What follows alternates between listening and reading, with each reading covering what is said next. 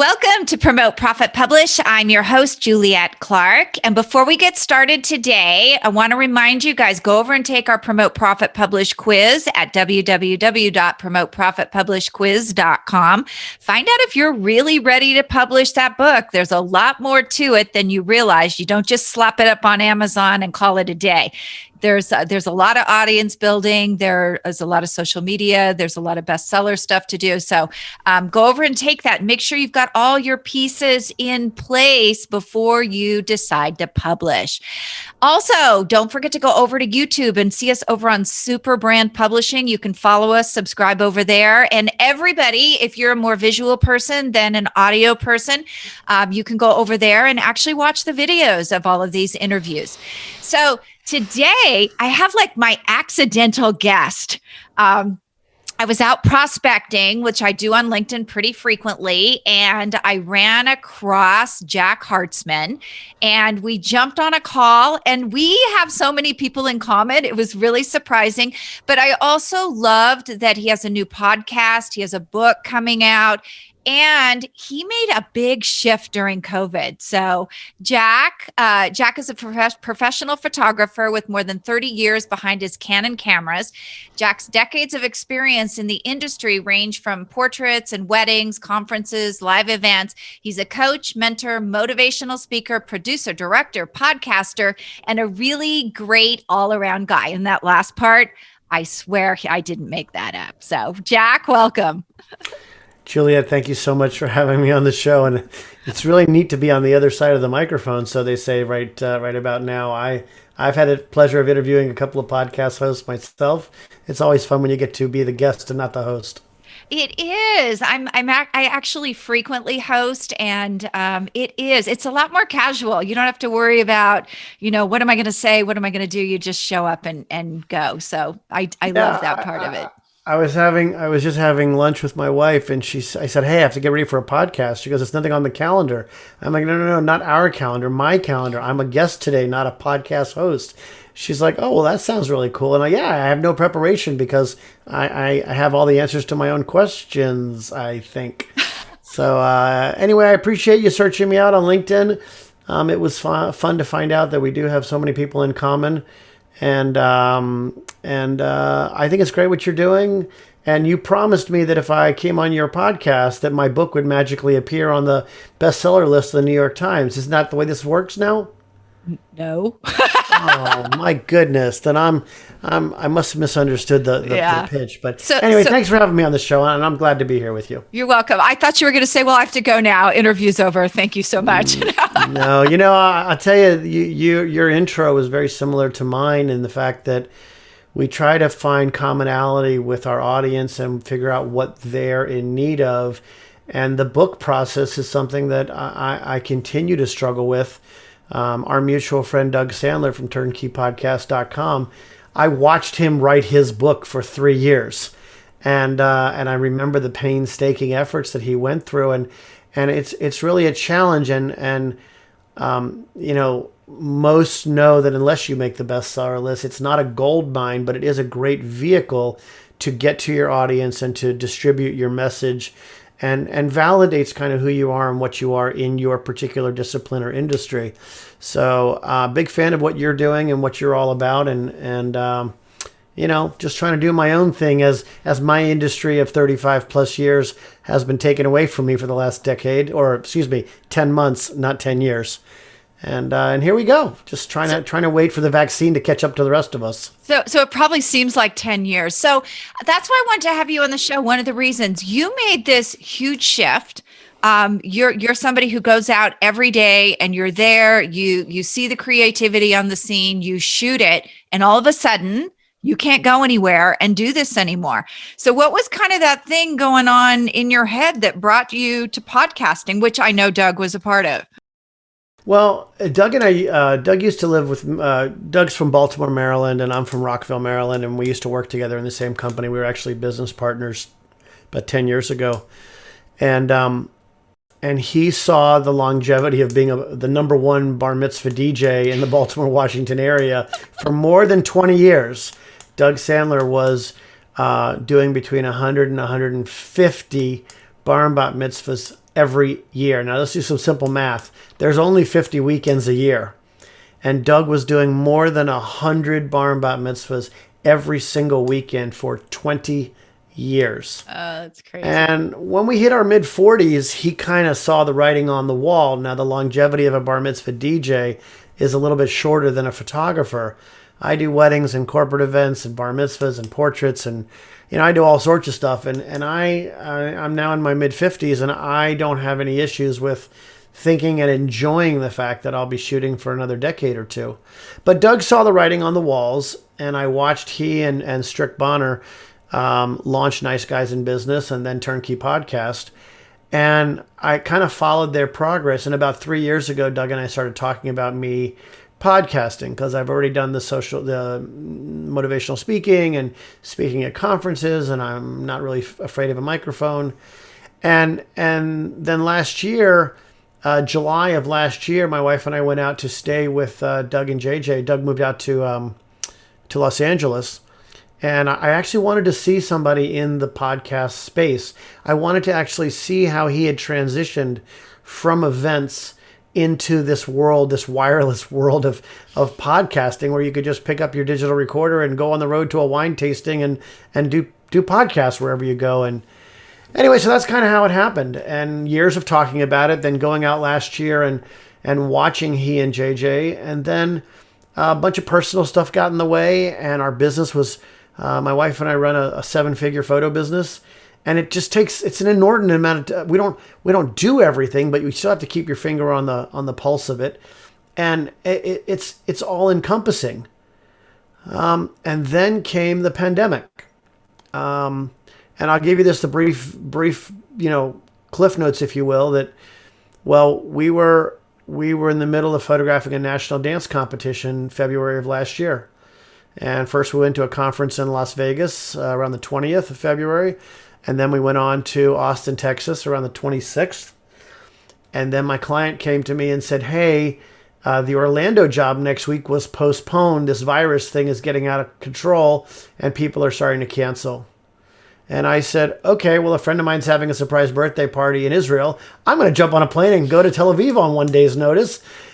And I was there for a week, and I came home and the world shut down. Yeah.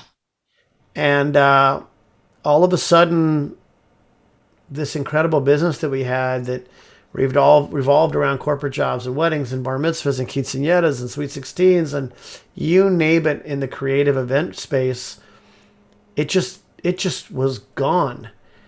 And so if you ever want to know what deep therapy is all about, listen to a bunch of event professionals get together in a Zoom meeting. I mean, it doesn't matter if you're a caterer or a florist or a guitar player, a photographer, a videographer, venue owner, valet parker. Around St. Patrick's Day, March 17th, our entire livelihoods got taken away, followed immediately by the restaurants and the movie theaters and the bowling alleys. And there's no recovery for us. And even though a couple of weeks ago, or I guess now it's been about 2 months, that the word vaccine has come into the marketplace, people have started booking a little bit more optimistically for next year and 2023. My personal optimistic pessimism, and I always walk on the sunny side of the street, but I don't see the event business coming back until the spring or the summer of 2023. I think 22, I apologize. 21, as far as I'm concerned, is over already. Until all of our kids are back in school, until we can all comfortably hug and kiss when we see each other on the street or go to a restaurant without a mask on, I don't see 200 people packing themselves into a hotel ballroom, whether it's for a wedding or a corporate conference. So we're a year in almost, and in my mind, we're at least a year to go. And that's really tough on anybody in hospitality. So to all my brethren in the hospitality world, I feel your pain. We will get through this. Just stick together and keep a smile on, and enjoy your next round of PPP like I will next week. So tell us, what brought you into the podcast? Why a podcast, and how did you decide on what it was going to be about, and using it? What did you use it to build your audience for? Well, a couple of reasons. As I said, I've always been one to walk on the sunny side of the street, and back in in March and April, cards on the table, I was depressed. I am used to working 60 or 70 hours a week.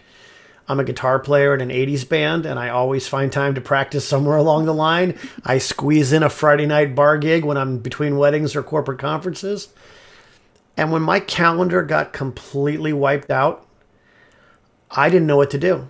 I was in a tailspin. I ate myself into oblivion for about 2 months. We had built a great new patio in our backyard last year, and it became our complete living space when COVID first started. And then I got wind of a friend of mine who took his own life in early May because he couldn't see past the pandemic. Mm. And it wiped him out that quickly, emotionally. Just couldn't see it. Now, event professionals, many of which who live week to week, they're just used to it. That's just how we live. Our company, we don't live that way. We don't live on our deposits. We're pretty financially set. But that all said, my wife and I said that we have the time. We took the teachings that Doug and JJ had helped us with so much the year before, and we said we got nothing but time on our hands. We need to carry a positive message to our listening audience, to our friends, to our family, and that's it. That the driving force was therapeutic for us to get our calendar to have some kind of structure again, and to bring a positive message to people in the event and hospitality industry. That is amazing. That is a really, really great message. And so how does that lead into the book you're writing? Because I'd love to, a podcast is such a great way to build an audience when you're getting ready for a book. It's a great platform building way to have content and a way to get out there and, connect and build. So what is that book you're getting ready? Well, I've got like 2.5 projects going on at the same time. So anybody who does quick mathematics in their heads, I spend $300 a month times 12 months a year to store 20 years of negatives that I will never, ever need again. Oh, wow. Okay, so that's $3,600 a year times the last about 20 years to store negatives from the 80s, the 90s, and the early 2000s before we went digital. And I have so many experiences from the galas of the Washington, D.C. area in the throughout 5 administrations to sporting events, world history events, the world travels that my wife and I have had a chance to do through our corporate clients. And what it all comes down to is that photography, picture taking, which before the age of the cell phone was something that was not as commonplace as it is today. Picture taking was the way of communicating timeless images or timeless stories through images. And so what I've tried to show in the book that I'm knee deep in right now is we always find a way to rally around life memories, and showing that through both corporate and social event photography, how we all celebrate, even if we're doing an awards ceremony for a law firm or an accounting firm, we're still celebrating people's achievements. It's no different than a quinceañera, a sweet 16, a bar mitzvah, or a wedding. It's all about celebrating life and recalling and reliving lifetime memories. That is so very cool. And I didn't realize, I never stopped to think for a moment that you have to save all those negatives. Can you digitize them, or it's not the same? One of my favorite lines that my partner and I always use is, there's a cost benefit analysis to everything.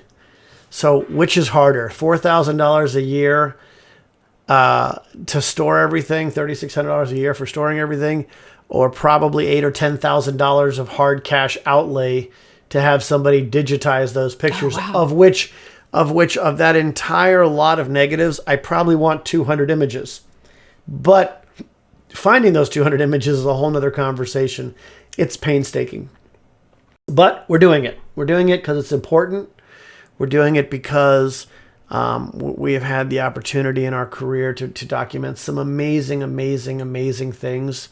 Ronald Reagan's last public appearance, a birthday party for Jim Kimsey, the founder of AOL, when the Beach Boys played at his backyard party.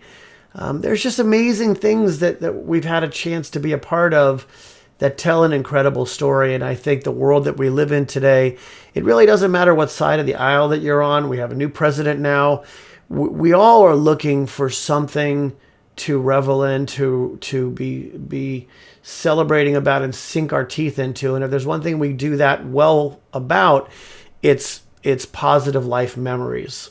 And we like to see people achieve. Why is the Super Bowl such a sought after event to watch? Why do we care about the Olympics? Because we all thrive on the adrenaline of success and the win or the medal and right now, for the last 10 or 11 months, we haven't had much of that to celebrate. Right. And so I think the world is really thirsting for good information. Yeah, I would agree. I remember during the beginning of the lockdown, I accidentally watched The Tiger King. like the first episode, and then I was there. I was right there sitting next to you. Yeah, and it was so crazy. I was talking to somebody about it Saturday night, and he said, "Well, why did you keep watching? What do you mean it was accidental?" And I was like, "Literally, it was such a shit show. You couldn't look away. Right. Like it was like, who are these people in this time and age who still have mullets and wear those sweatshirts with the cut off? I don't know if there was a name for them, but when you cut off the arms, yep, and and cut off the bottoms. So yeah, I think we are thirsting for really good entertainment when we'll actually watch things like that. I think as we come around through February and March, and I think that as we hit that annual from the pandemic, I think that we're going to really see some subconscious emotional reactions from people realizing we've been at this for a year. Mm-hmm. And that is a lot to wrap your head around. It's a lot. I mean, kids being out of school for a year, it's a lot. Not being able to just go to your favorite steakhouse or burger joint, just go out for a milkshake, just comfortably hug somebody that you see on the street. We are all creatures of habit, and we have been forcibly, by no fault of our own, we have been basically all put into a cage. Now, the cage may be different sizes for different people, but my livelihood has basically been gone. Mm-hmm. The podcast has been a great pivot for us. I've also kind of become a digital producer. I produce Zoom events for people left, right, and backwards now. Weddings, nice. Bar mitzvahs, funerals. I do 2 or 3 funerals a week right now. Can't control people dying, COVID or otherwise. And I'm sitting in front of my computer helping people from all over the world celebrate the life of somebody who would not normally have made it to the cemetery anyway. So, we do what we have to do to stay positive. But if you're in the creative field of any sort, if you're in hospitality in any way, creative and depression, those 2 words are not supposed to be in the same sentence. Yeah. Depression and creativity do not go well together. And so the Visual Wow podcast is really a way for us to bring really great messages to people in the event community. We focus on event professionals on Tuesdays and photography-centric stuff on Fridays, and then a few extra stuff in between.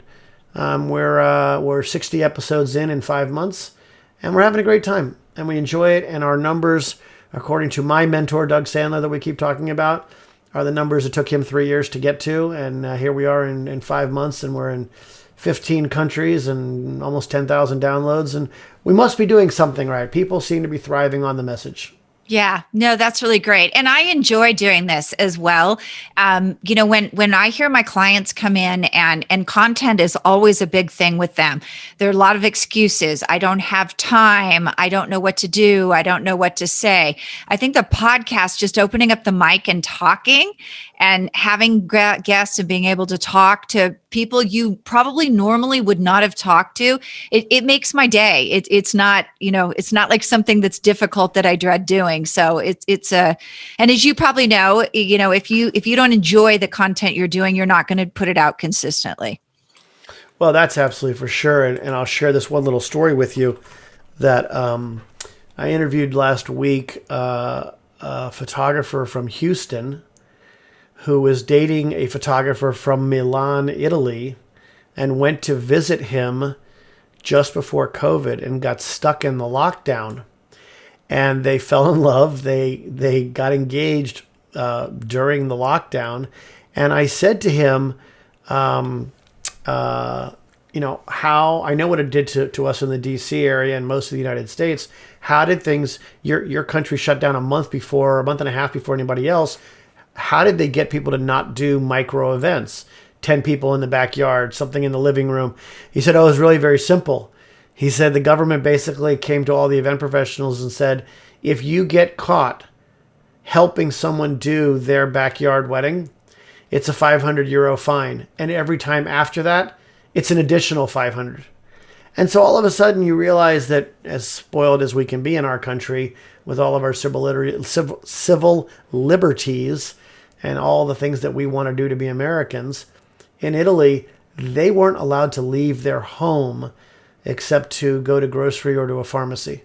Mm-hmm. And we've had our ups and our downs in this country, but they really, really took it hard. And I guess in that interview, I really got a feel for what it would be like if I was living there when something like this happened. But for us here in the States, we're doing the best we can, and that's all we can do. Yeah, it is weird because so many places, like I'm in Utah. We've been open since May. Nothing's really changed. We wear masks and that's it. But I know California and some East Coast place, you guys are on much stronger restrictions. So there's not a lot. It's not a lot of change here. Yeah, I went out with one of my coworkers today, and we shot a real estate job together this morning. And I said, hey, you want to go get a cup of coffee? And then I said, whoop, we don't have a way to go out and get a cup of coffee right now. So she ended up coming, and we sat on my patio and had a cup of coffee. There's no indoor dining within 40 miles of my house. Oh, yeah. And that's just hard to wrap your head around, especially if you're living in a place like Utah, where, as you know, I'm actually going to be there next week for an event. It's a strange thing for me to understand that we're shut down this way and our numbers are spiking. And I haven't actually looked at what the numbers are in Utah right now, but it's a scary time. And I think it's going to be scary for the next several months. And I think it's going to start getting better after that. But that's just my own personal opinion. We all have them. Okay, I won't go into that saying about us exactly. I was being a host there for a minute. I decided to bite my tongue on my own comment. There you go. So, Jack, where can we find you if we want to reach out? Hey, I am pretty much one of the easiest guys to follow. You can just hit Google and type up "Just Ask for Jack," JUSTASK, the number 4 and Jack. That'll get you to me. Otherwise, you can catch the podcast at visualwow.com. And I'm a really easy guy to find. Between that and my photography stuff, you'll find me. Okay, cool. Thank you so much for being a guest. It's absolutely my pleasure, Juliet. Thanks for reaching out, and I hope I get to see you when I get to Utah next week. Yeah, I hope you guys have time. Look forward to it.